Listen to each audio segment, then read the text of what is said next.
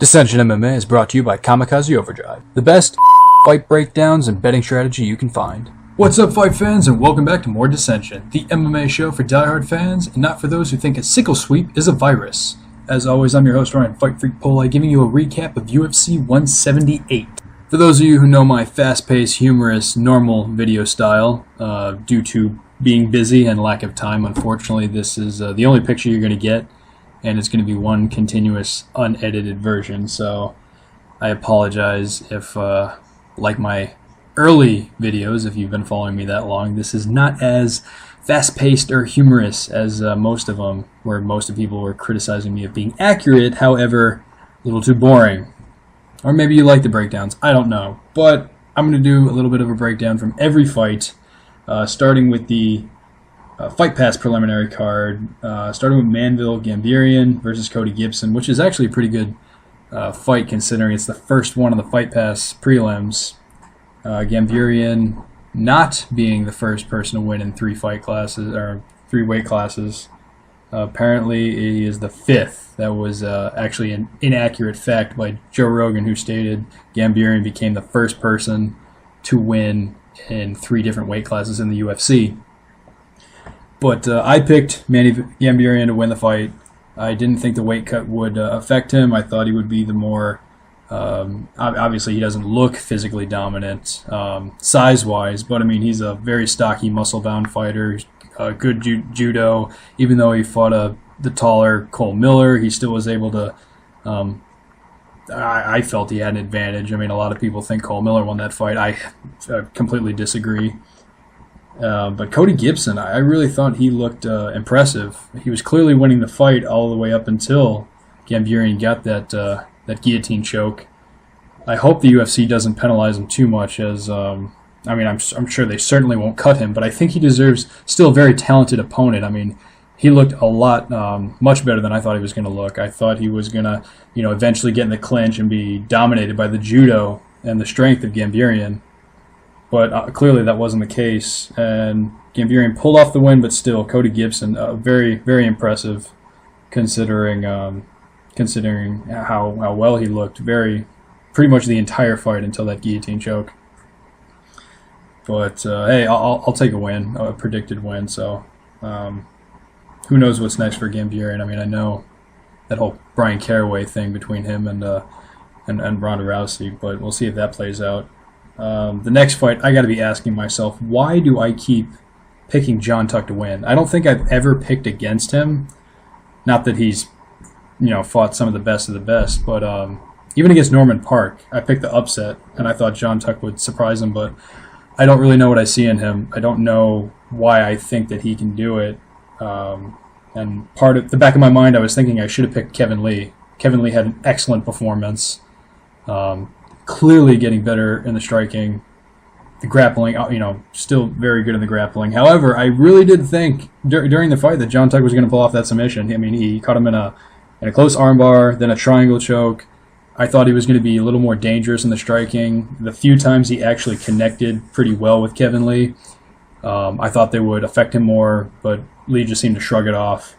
And overall had a dominant performance, other than, like you said, the few submission attempts that, as close as they were, definitely didn't do him any favors in the scoring of the points. But I don't know. Maybe I'll stop picking against John or picking John Tuck to win his fights from now on. Don't hold your breath, though. The fight against Brian Ebersol and John Howard, I don't want to say that wasn't as an exciting fight, but I think it was just surrounded by so many exciting fights that it just looked a little, especially when the pace slowed in the third round. I mean, Ebersol was a little bit more impressive than, at least the people who predicted John Howard to win. Many people thought Brian Ebersol would not get him down. He got him down in the first round, clearly controlled him, had back control. Howard came back a little bit to the end, a little bit too late. Obviously, everybody gave Ebersol the first round. John Howard came back, won the second, but seemed to slow down. And I absolutely agree with Joe Rogan that said he just... I agree that Ebersol won close, definitely a split, but Howard just kind of let Ebersol come back and outpoint him in that third round. But So yeah, I got a little worried, even though I went 9 out of 11 fights predicting correctly. I got 2 back-to-back incorrectly, so I was kind of worried at this point. Luckily, I went and correctly predicted the rest of the entire fight card. Starting with Stephen Wonderboy Thompson and his fight against Patrick Cote. Even though Patrick Cote did show a pretty decent chin, I thought he was going to get knocked out. A lot of people predicted the knockout, but it held up. I mean, he's been knowing, well, maybe not, exceptionally well known for his chin, but that's one of the qualities that some people say he has. The only time he's ever truly been knocked out was the disqualification in his fight against Alessio Sakara. I won't bring up the controversy at the time. That's for another time. But I do have a bit to say about that. But first round a little bit uneventful. I will give it to Cote, as I believe most of the judges did. 2 out of 3. Cote obviously was unsuccessful with getting Thompson down, but clearly pressing the action, going for the takedown. Thompson really didn't do a whole lot except for just fight off the takedown, not really amounting to any more offense. It was very defensive-minded, not, staying on his feet. But he really picked it up in the second 2 rounds where he just unloaded, dropping Cote multiple times with shots. I was surprised that Cote stayed as coherent as he did. He didn't seem to be at a point where it was, he's completely out of it and the KO would be inevitable. I don't think that necessarily happened. Stephen Thompson, up until this fight, had looked better ever since his loss to Matt Brown. Looked better in every single fight. And even though he didn't get the finish in this one, I mean, it was still, those last 2 rounds really showed just how talented his footwork and his striking skill set is.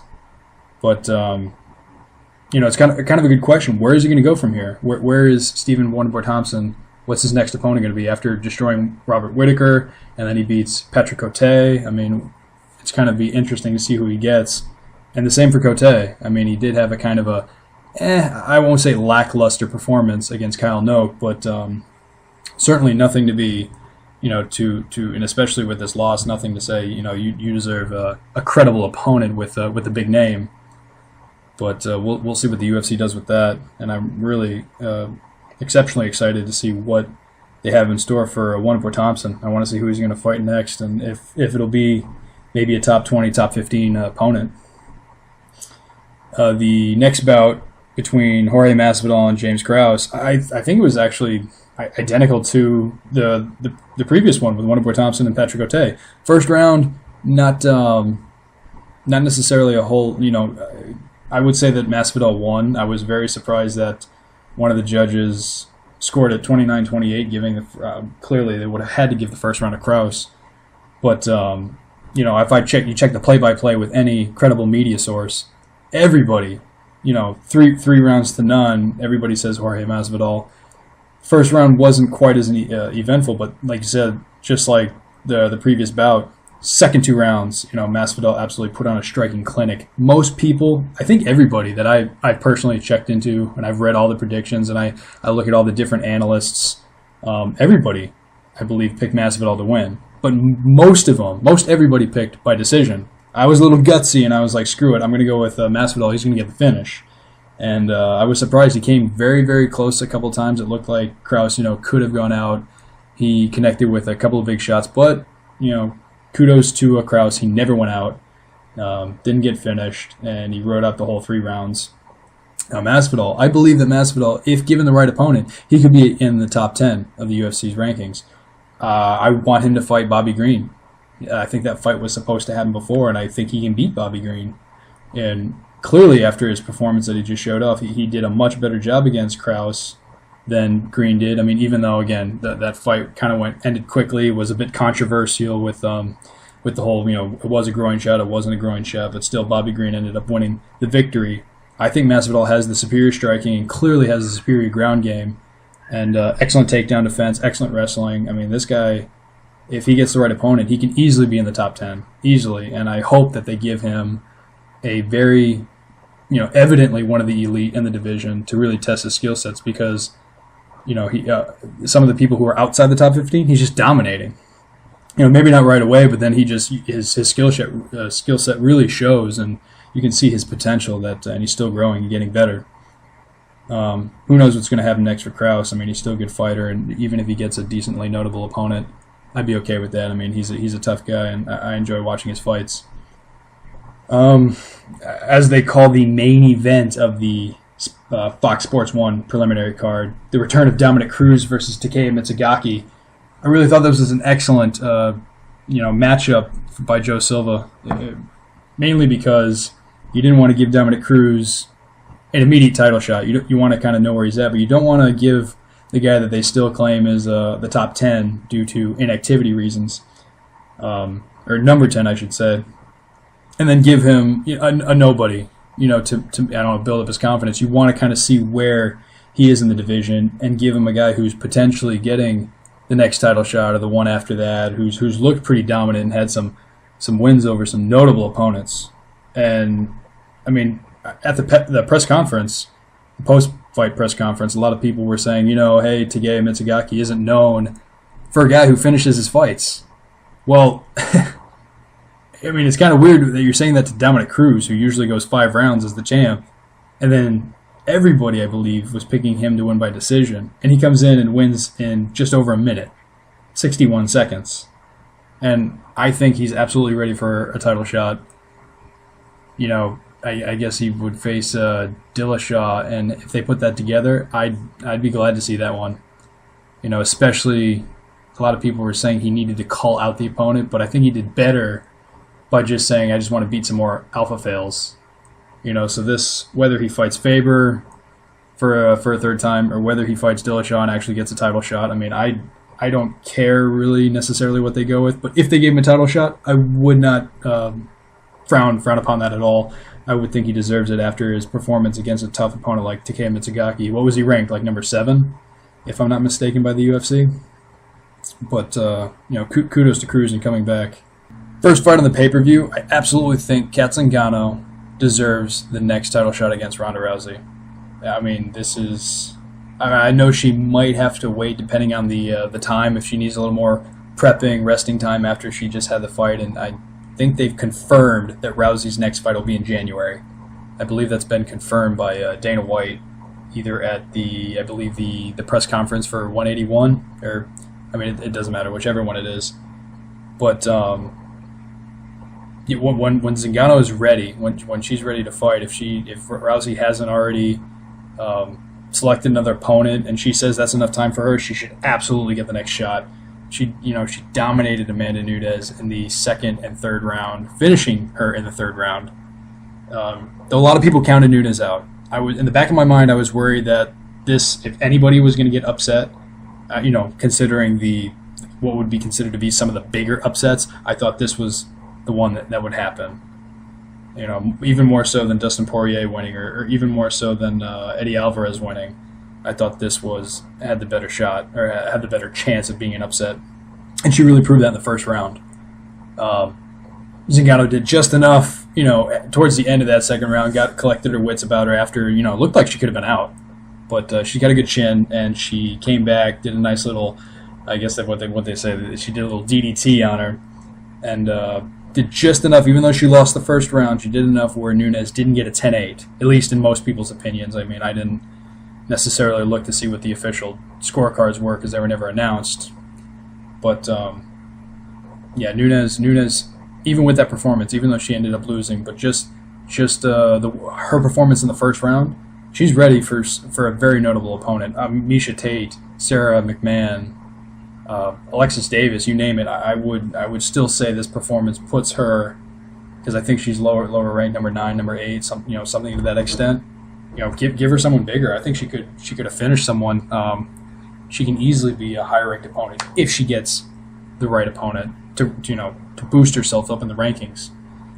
But no doubt about it, Zingano deserves the next title shot. Excellent wrestling, excellent just the desire and the determination, and they're really striving to finish that fight, and she absolutely did. The next bout had a lot of controversy with Yoel Romero and Tim Kennedy. I'm sorry, I can only be so sympathetic to Tim Kennedy, but I've looked on how many people, or the play-by-play, and how people judge it. A lot of analysts are judging round by round. Tim Kennedy, his only success, in a generalization, was those few shots that he landed that hurt Romero in the final seconds of round number 2. Before that, he clearly lost round number 1. He clearly lost, for 99.9% of the round, he was losing round number 2. And then with those couple of shots, and he sat on the stool a little too long. I don't see where he comes out in the 3rd round thinking, okay, he's still hurt, and I'm going to finish him, and then he gets finished. So I don't see where people were asking, do you think Tim Kennedy deserves a rematch? And I might be saying this just because I know myself to be one of the very few people who actually picked Romero to beat Kennedy, which I was surprised because I thought he would definitely be the better grappler, the stronger fighter, the more dangerous striker. He clearly fixed his cardio after the dominant performance he had against Brad Tavares. So I didn't think cardio would really come into a factor. I can only be so sympathetic to Tim Kennedy about. Dana White even admitted it wasn't the fault of Romero and his team. It was the I don't know if he was an employer, but it was the guy of the UFC. Dana White admitted this. So I don't see the need for a rematch. I don't see the need to be sympathetic for Kennedy. The fight went exactly as I thought it was going to go. I think actually Romero was a little more dominant than I thought it was going to go. So, as far as I'm concerned, Romero is one of the most elite athletes in the middleweight division. Though the next fight wasn't a co-main event or the main event, I think this got bigger hype with Conor McGregor beating an officially ranked fighter, knocking him out in the 1st round, looking great, looking very accurate. Yes, a bit of controversy. Poirier tried to make a claim. It was, the shot that I guess was the beginning of the end of the finish. Was, a little, maybe too close to the back of the head. It was behind the ear. Myself, many analysts, and even Dana White said it was a legal shot. It did not look illegal in any way. It was never a clear violation of any rule. So props to McGregor finishing an opponent like that in the 1st round. This could put him in a potential, maybe not a title fight right away. I don't think that's going to happen. I don't think he's going to get the next shot after Mendez guaranteed. But he could face a potential title eliminator. He could fight. Who are some of the other people who are possibly fighting on that? They were talking about Frankie Edgar against Cub Swanson, but if that doesn't happen, Swanson could fight. McGregor. McGregor could fight Dennis Bermudez. Some of those other guys who are really up there, close to being the next challenger after Chad Mendes gets his rematch with Aldo. Poirier didn't really do a whole lot to. Show any of his skills, really. He was pretty good on the defensive for the kicks that McGregor was throwing at him, but, mainly defensive. I think he landed one pretty good, solid, clean shot. Maybe more, but it looked as if McGregor was, clearly ready to get down to business. And I really want to see him in at least a featherweight title eliminator fight to see if he can, who doesn't want to see him fight for the title? In the co-main event, Donald Cerrone definitely looked good in the 2nd and 3rd round. He actually looked good in the 1st, but Eddie Alvarez getting that clinch and using a lot of uppercuts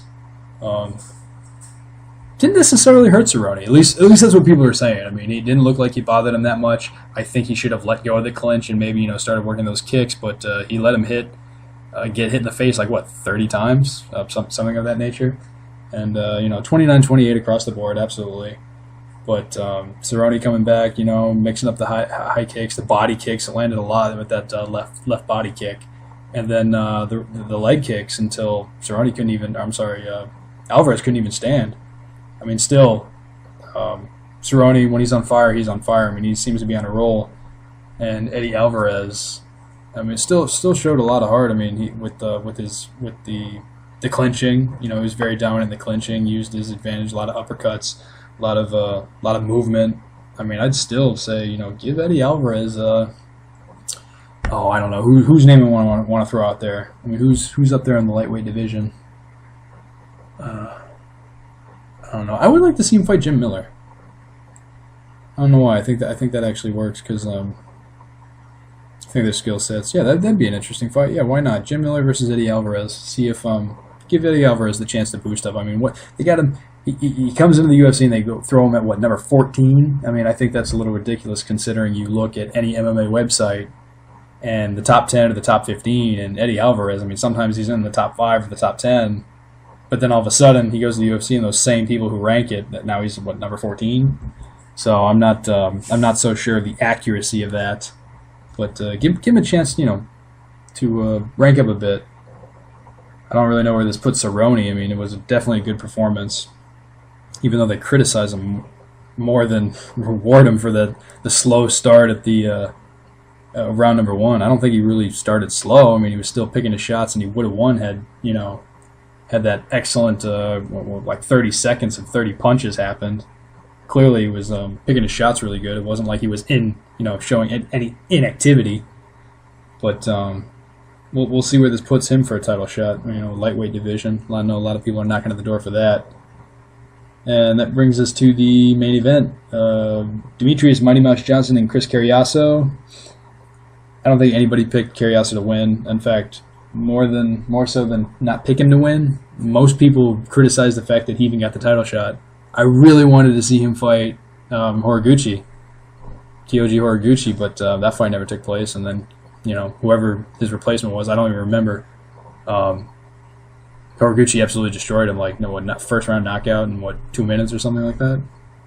But I would have really liked to see the fight between those two. That would have been excellent. But Mighty Mouse shows another dominant performance. It's hard to see at this point who's going to challenge him. Maybe a rematch with him, Ian McCall, rematch John Dodson. I think a lot of people are counting out Tim Elliott, only because his 2 losses in the UFC were to one, John Dodson, but a lot of people think that was very controversial. He was an up-and-comer, thought to be a good title challenger, and I thought he lost that fight 2 rounds to 1, and then he was dominating Benavidez until the guillotine choke. He got the position and he just choked him out, and he had to tap with his feet. But he was, I'm sorry, and he also lost to Bagatinov. But, I mean, these are the top guys. And after the Bagatinov fight, he clearly improved with how he ragdolled Benavidez until he got finished. But I think a lot of people are counting Tim Elliott out. That'd be nice to see if he can get a win over a solid opponent. John Lineker or Ian McCall, I'd like to see those two go at it. Ian McCall and Tim Elliott. And if he wins, give him a title shot. That's all the recap you're getting. Sorry if it wasn't as humorous or high-paced, a lot of energy that you normally get. But this video is substantially longer than most of them, so sorry. It was just, like you said, just one straight through, just me rambling on with the recap. Maybe next time will be better. Let me know what you think. And yeah, if you want to buy any MMA, your Dissension MMA gear, shirts, t-shirts, make you look cooler than anybody else, contact me. And again, thank you, KamikazeOverdrive.net. Everybody check him out. Like you said, great breakdown of fights, excellent predictor. I really couldn't do this without him. He's really paving the way. All right, as always, I'm your host, Ryan Fight Free Polo. We'll see you next time.